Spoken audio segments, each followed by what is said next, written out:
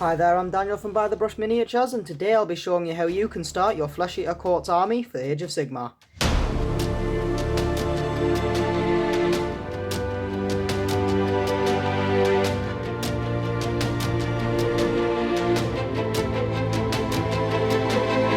The first thing that you want to get is this right in front of you, the Flesh Eater Court's Battle Tome, and this is quite especially you want to be getting this Battle Tome first, because obviously it comes with all the rules and things, but all the abilities and spells that the Flesh Eater Courts have are very key how they play, so you're definitely going to want these at your disposal whilst you play your games, because believe me, with playing without some of the magic spells, you're going to have a lot of wizards, and them just having their base spells isn't going to be very desirable for your games, and they won't be doing what they're supposed to.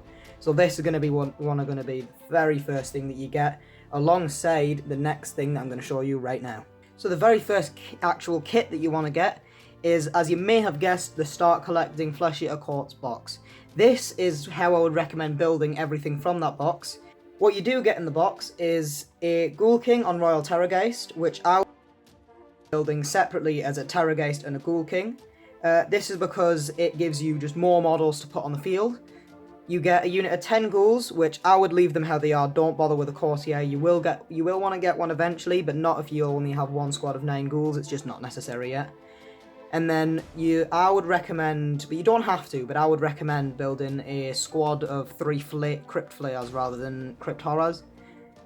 Sorry for the fact that I've got one fully painted beautifully though, and then 2 just mushy half-painted ones. But the reason I would recommend getting the Crypt Flayers built rather than the Crypt Horrors is because they are more points, and it will get you to that 2,000 point place so that you can actually play larger scale games a lot quicker. You can also choose to build a Zombie Dragon, but I just personally prefer the Terrorgeist model, which is the main reason I went for it, and Terrorgeists are stronger, so I would recommend getting a Terrorgeist first. I believe there are also more points, but don't quote us on that because I can't quite remember. But this is the first thing that you're going to want to get, and I'll show you the next thing right now. The next box that you're going to want to get is a box of Crypt Ghouls. You will get 20, but for the purposes of recording the video, I do only have 10 here.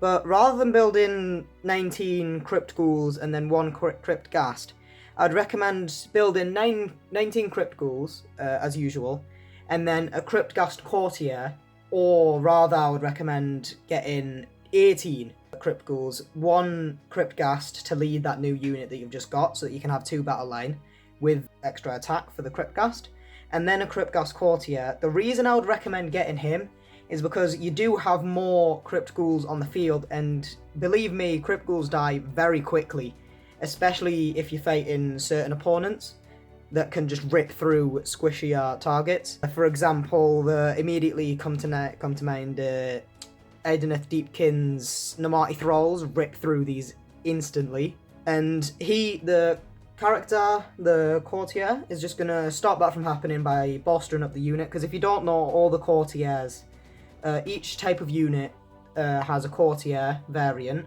which is, they're all heroes, and they all can heal the unit with bolstering up new models from the unit that have been killed previously. And I think personally, the Crypt Ghast Courtier is the best one at doing that, just because it can bring back multiple models from the unit, whereas I think the other ones can only bring back 1. It also is bringing them back from a unit that is going to need them brought back a lot more.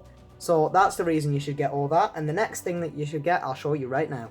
Now, the next 2 boxes that you're going to want to get is either an Abhorrent Archregent or a box of Crypt Horrors. I've put these together because, honestly, with these, it doesn't matter what order you get them in, but I personally got them at the same time, which is why it doesn't matter which order, because what the Archregent's for is that new unit of ghouls is going to get so many more attacks with his, I believe it's called, like, Black Frenzy or something.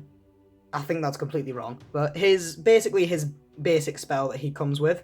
What it does is it gives a unit within range D3 extra attacks, And if you put that on a ghouls unit, it will give each of them D3 extra attacks, which, because now you're going to have a unit of about 20, which all have 2 attacks, which at maximum now can have 5, that's going to be a lot of attacks just to rip through the enemy units. So he's mainly very supportive, and not only that, he's an absolutely stunning model. And the reason you want the crypt horrors is because they serve as a very tanky unit that can also kill stuff. They're very, very hard to kill. The flayers are better at killing stuff than they are, but if you bring them together and make them attack the same unit, but in a way that because I believe the flayers' weapons are 2-inch range. So if you're fighting an opponent with a 1-inch range weapon, keep the horrors as the only ones that can get in range, and keep the flayers 2 inches away so that they can attack just fine, whilst the horrors soak up all the hits for them. And that's basically why you're going to want these 2 kits, and I'll show you what you need next right now. So the next thing you're going to want is another start collecting set. Now the reason that I would recommend getting another start collecting set is because in the start collecting set you have the options to build everything in the army that they can actually take in a game, other than the Abhorrent Archregent and the Vargulf Courtier. Now, I do recommend getting a Vargulf Courtier, basically because whilst the Courtiers themselves, they heal a specific unit, the Vargulf Courtier essentially is just a healer for all units. So he's just a very all-round, very good supportive character, but he's actually also very good if you look at his rules in the battle tome. He can quite easily kill things. I will be getting him, so just as an idea of what I'm going to be getting, I am also following this structure that I'm showing you now. So what you're going to want to build in this start collecting set, you can take it in a few ways.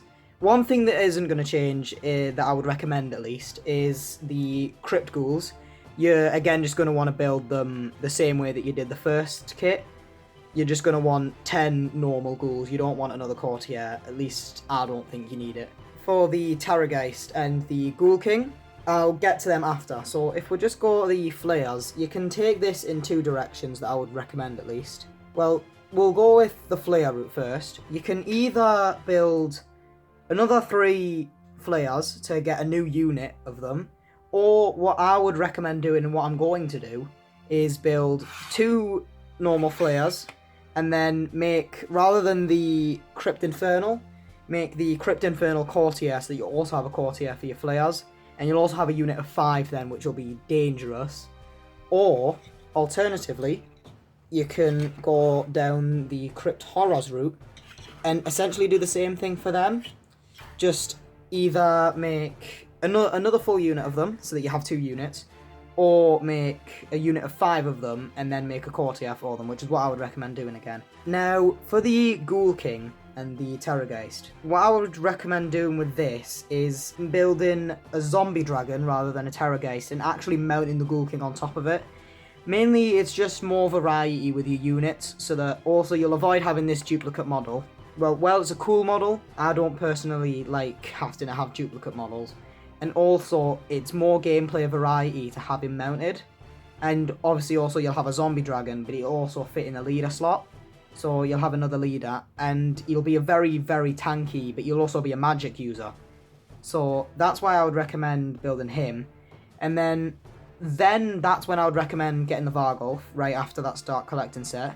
And then whichever option you didn't go with for the flayers and horrors, I would recommend just doing that afterwards, and that'll give you a plentiful force for your flesh eater courts. From there, you can take it in any direction you want. You can either get more ghouls if you want a more horde army, you can get more of the knight units, which is the horrors and flayers if you want more of an elitist army, or you can even get more Terrorgeists, more zombie dragons. Maybe you want a mounted Ghoul King on a Terrorgeist, or maybe you want a zombie dragon on its own. It's completely up to you from that point. But with that being said, thank you so much for watching. If you want to support us, we'd greatly appreciate if you checked out our Patreon, or you can follow the link in the description to our Instagram where you can see some of our works. And with that being said, thanks for watching, and I'll see you later.